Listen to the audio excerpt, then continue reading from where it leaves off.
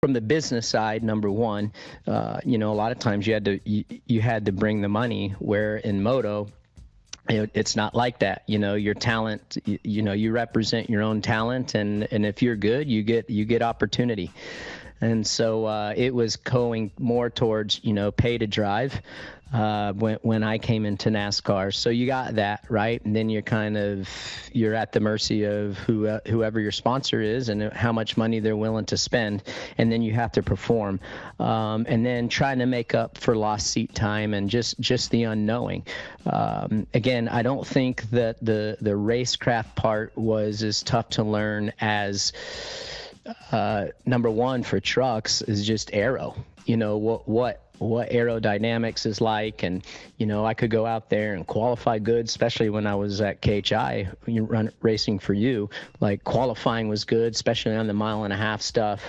But then you get in there in a race situation, and it took me a while to figure out aero. And by the time I figured out the aero and where you needed to be, and most importantly where not to be, by that time it was too late. So those were the two frustrating things. Or for an example, like, I loved Texas and I loved Atlanta. I always did well at those two tracks, and I loved Martinsville. Ran really well there because that was very similar to Supercross.